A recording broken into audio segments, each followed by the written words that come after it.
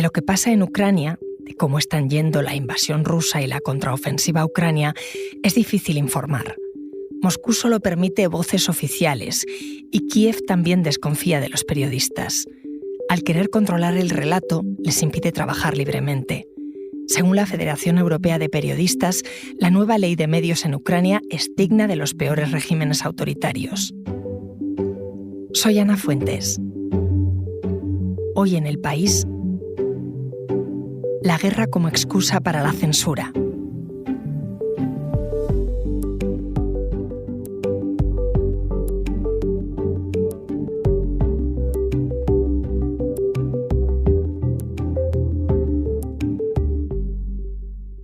Hola, Cristian. Hola. Cristian Segura es mi compañero del País, enviado especial a la guerra de Ucrania.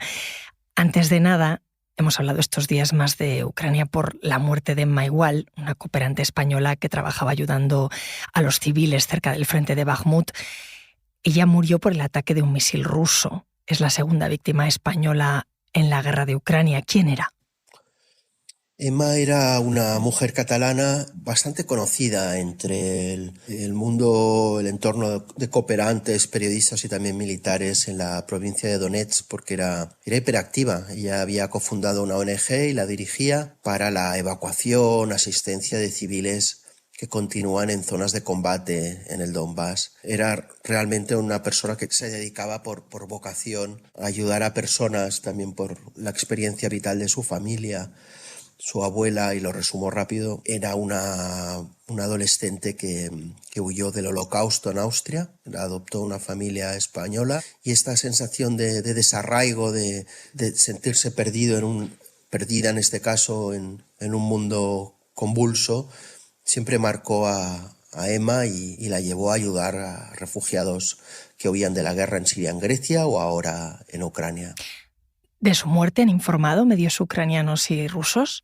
Es probable que la información oficial rusa indique que no ha sido un misil suyo el que acabó con la vida de Emma y de su compañero Anthony Ignat, que era canadiense.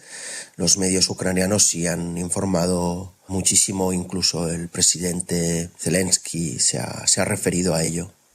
Te preguntaba porque quería charlar contigo justamente de cómo los medios informan hasta dónde les dejan sobre esta guerra.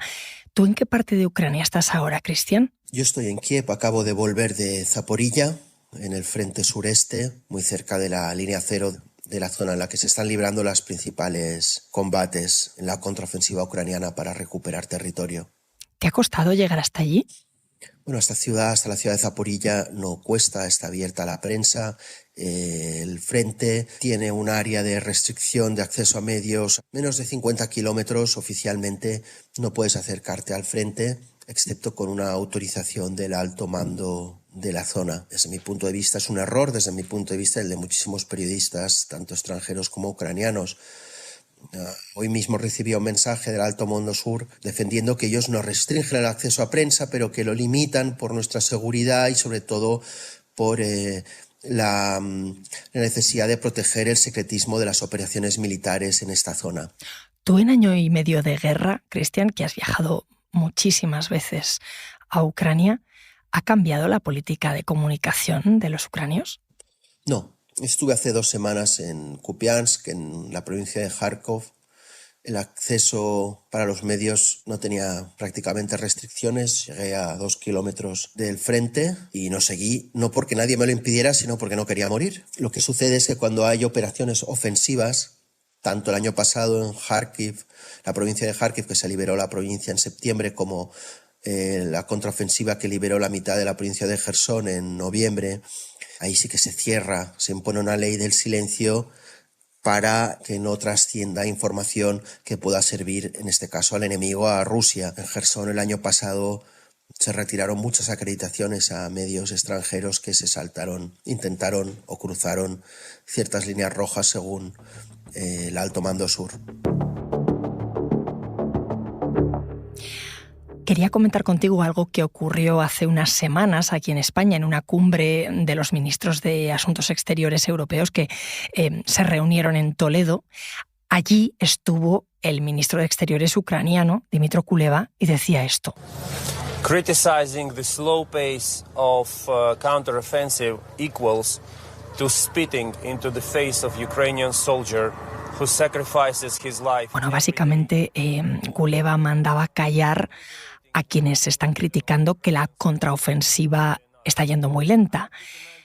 No sé, Cristian, si la guerra está sirviendo de pretexto para censurar a periodistas o para censurar determinados enfoques. Yo creo que hay una frase muy dicha, todo el mundo lo habrá oído alguna vez, que es en una guerra la primera víctima es la verdad, ¿no? Es inevitable en un conflicto en el que Ucrania esencialmente se está jugando su existencia, que prioricen la seguridad del Estado que la libertad de prensa. Esto es inevitable, seguramente en todas las guerras debe suceder eso. Pero hay una diferencia respecto, desde mi punto de vista, a esta guerra y a otras, y es que Ucrania depende de la ayuda exterior y dos, Ucrania quiere ganar esta guerra para avanzar hacia los mejores estándares democráticos, hacia la Unión Europea. Porque en el día a día, ¿en qué se nota? ¿En qué se nota ese control o esa organización de los movimientos de la prensa?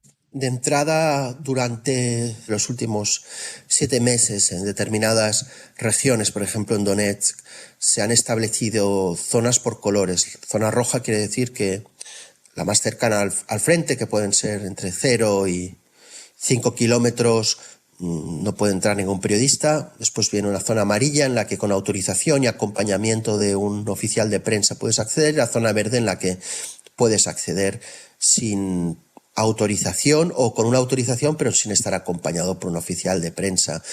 Muchas brigadas te piden, por ejemplo, antes de publicar la información que has recabado con ellas, te piden echar un vistazo a las declaraciones, a la información que aportarás de ellos. El libro de estilo del país determina que si una fuente quiere leer sus declaraciones, su información antes de ser publicado, lo puede hacerlo. También es verdad que hay limitaciones que son claras restricciones al trabajo de los medios porque priorizan la seguridad, diríamos, del Estado, ¿no? Por ejemplo, ha habido muchos problemas porque las autoridades militares te imponen un tiempo aproximadamente de 12 horas antes de que publiques una imagen, por ejemplo, de un bombardeo o de la posición de una unidad militar. ¿Por qué? Porque si se publica antes de estas 12 horas, consideran que los rusos tienen tiempo para reaccionar, o sea, para atacar esa posición,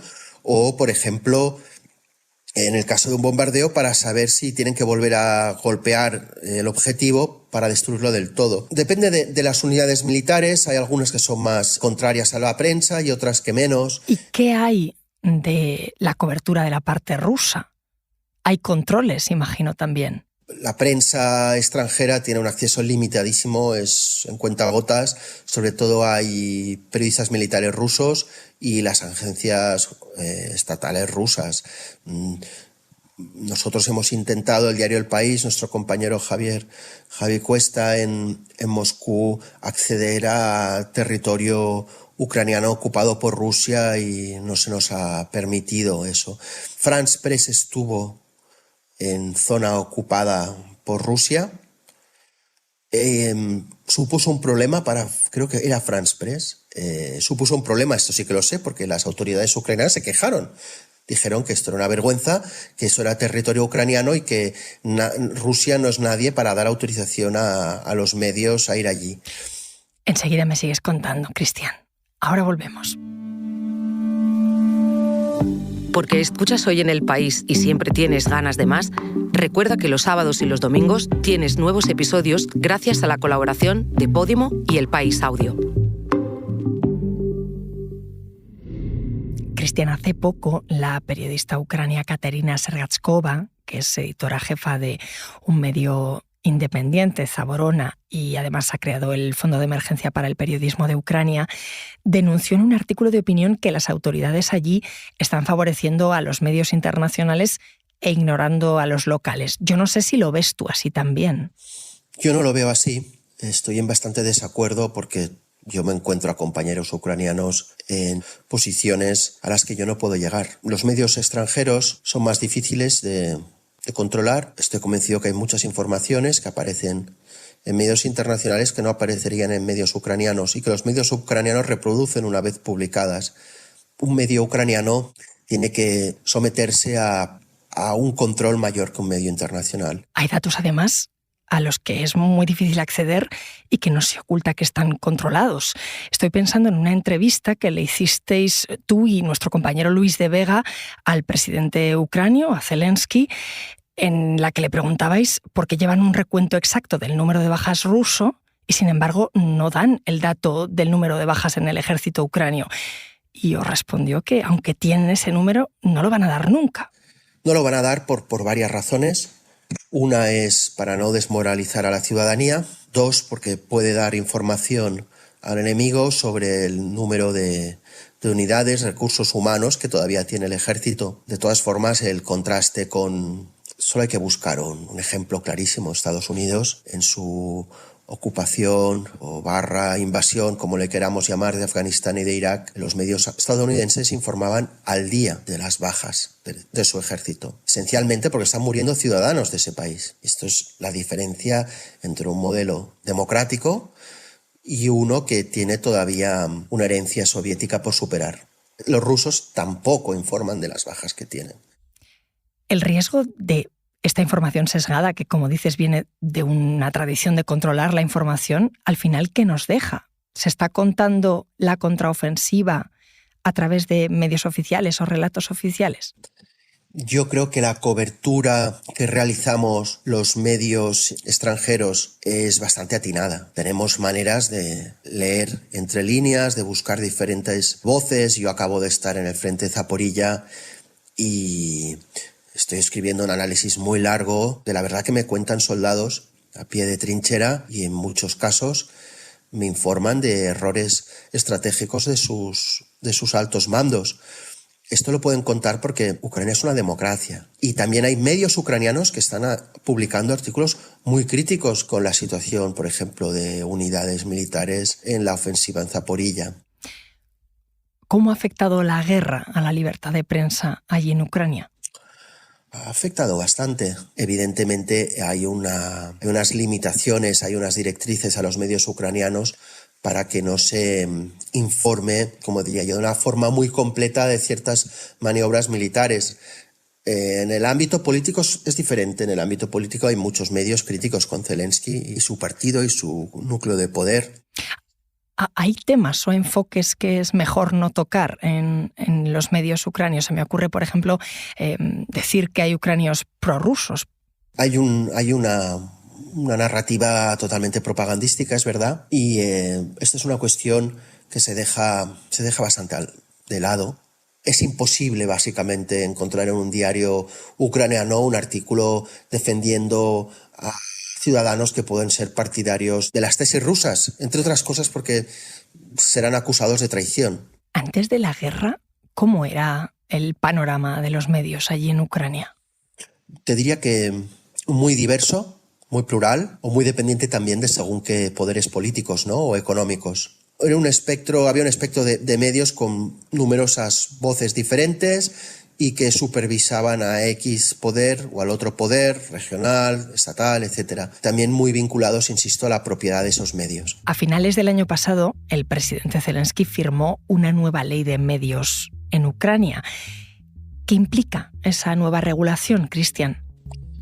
Pues esta nueva regulación tiene aspectos buenos y malos. El aspecto bueno es que permite un mayor control, mayor transparencia de las empresas periodísticas para determinar quién está detrás de estas empresas a nivel de propiedad accionarial, vínculos sobre todo con lo que conocemos como oligarcas, ¿no? Estas grandes fortunas que proceden justo de los primeros años del desmembramiento de la Unión Soviética, en que esto era, pues eso, los activos estatales esencialmente se regalaban al más poderoso.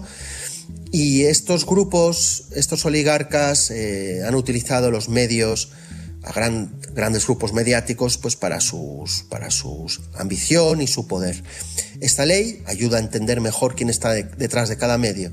Esto es positivo, la Unión Europea lo ha reconocido. La parte mala es que esta ley también da poderes muy amplios a un órgano gubernamental, de regulación del sector de los medios.